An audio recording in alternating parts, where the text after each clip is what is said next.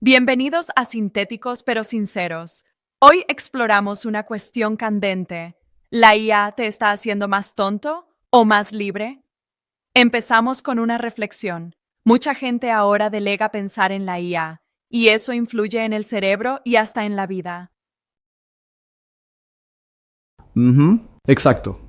Y aunque a algunos les preocupa, hay quien dice que delegar no es pecado. Después de todo, la humanidad ha estado haciendo trampa con tecnología desde siempre. ¿No es interesante pensar que usamos GPS para orientarnos y calculadoras para las cuentas? Ya, claro que sí. La cuestión se divide en dos grandes áreas. Por un lado, delegar tareas mecánicas como resumir, ordenar, transcribir, y por otro, dejar en manos de la IA el juicio, el decidir por uno mismo. Si le pides dime qué opinar y simplemente copias, estás alquilando tu columna vertebral mental. Ujú, pero no se trata solo de mecanizar. La IA, en otras circunstancias, actúa como un exoesqueleto cognitivo. Si antes te llevaba 3 horas investigar un tema y ahora en 15 minutos tienes toda la info, referencias y hasta contraargumentos, eso suena liberador. Sí, sí, pero ahí radica el truco. El problema es, muchas veces, se crea una ilusión de competencia. Te rellena de respuestas, resúmenes, y te da la sensación de ya sé, pero cuando llega el momento de explicar o defender, te quedas en blanco. Es como hacer ejercicio con una cinta eléctrica en el gimnasio. Te mueves, pero no fortaleces Ya, realmente. exacto. Y en lo que respecta a delegar, una distinción muy útil es, ¿estamos usando la IA como muleta o como entrenador? La muleta es pedir que lo haga por ti. El entrenador te ayuda a hacerlo mejor. Ujú. Eso es. Y si pides, hazme un argumento sin más, es como depender de una muleta. Pero si pides, critica mi argumento, encuentra huecos, dame contraejemplos, es como tener un entrenador que te empuja a pensar. Sí, aquí es donde muchos se equivocan. Cuando siempre recurrimos a la IA para resolver cada duda, el cerebro se acostumbra a no tolerar la incertidumbre, que es precisamente el caldo donde nacen las ideas originales. Ya, exacto. Y te cuento una escena típica. Alguien quiere emprender, le pide a la IA todo un plan de negocio, naming, pitch y hasta campañas publicitarias. Todo parece perfecto, pero cuando le preguntas ¿cuál es tu ventaja real? La respuesta es superficial. La IA creó forma, pero no fundamento. Ujú. Y ahí es donde entra el contraste. La IA genera texto, pero no la verdad completa. Para que una idea tenga sustento real, se necesita ese contacto con el mundo, validar hipótesis, comprender el contexto, asumir consecuencias. Sin ello, solo queda una literatura corporativa sin piel. Sí, justamente. Si usas la IA para evitar decisiones incómodas, como IA, ¿qué hago con mi vida? O dejo este trabajo, corres el riesgo de perder responsabilidad. Y sin responsabilidad se pierde madurez. Ujú. Aunque, no todo es negativo. La IA también puede ser un aliado para ordenar la mente, un espejo que te muestra tus criterios, opciones y riesgos, siempre y cuando tú seas quien firme Ya, la decisión final. exacto. Y me gustaría proponer una regla de oro.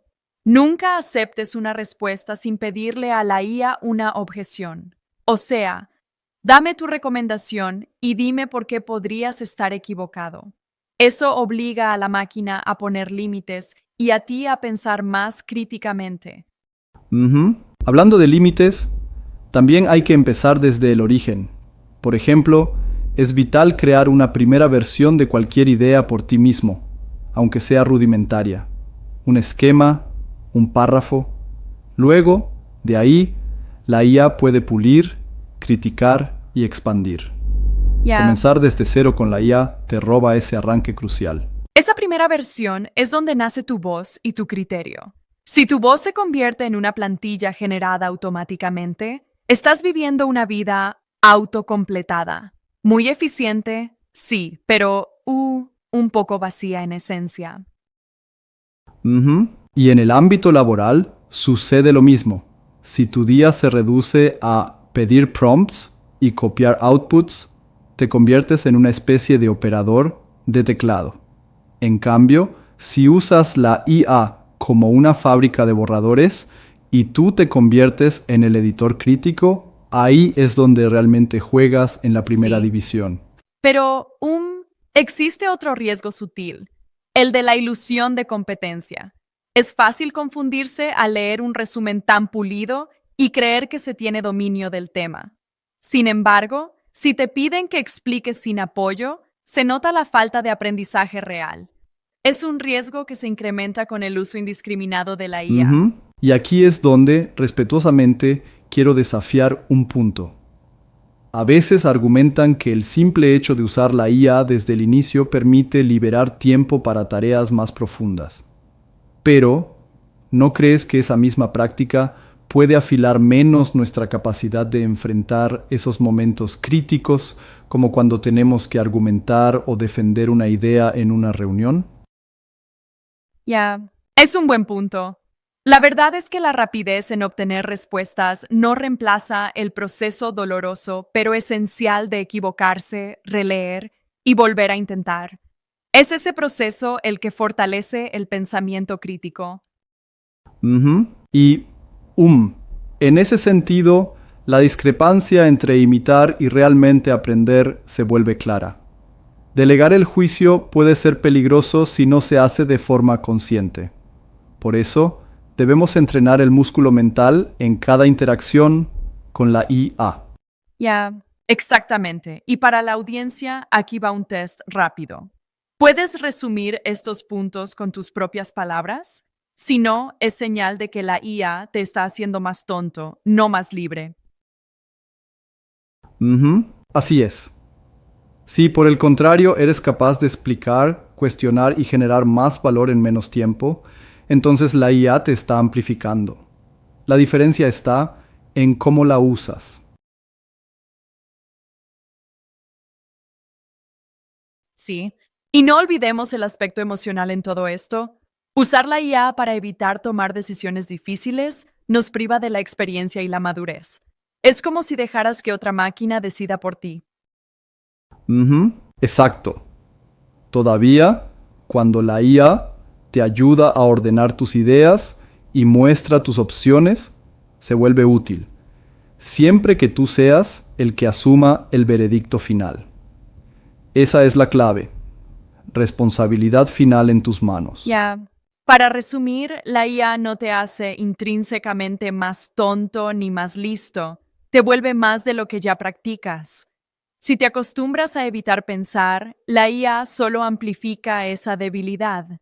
Pero si la usas para desafiarte, entonces te fortalece. Ujú. Y para que lo tengan claro, aquí les dejamos 3 hábitos prácticos. Primero, antes de preguntar, formula tu hipótesis en una frase. Segundo, luego de la respuesta, pide contraargumentos y fuentes. Y tercero, explica el tema en voz alta en 30 segundos sin mirar tus apuntes. Sí, eso obliga a que la información se procese realmente y no se convierta en un simple eco digital.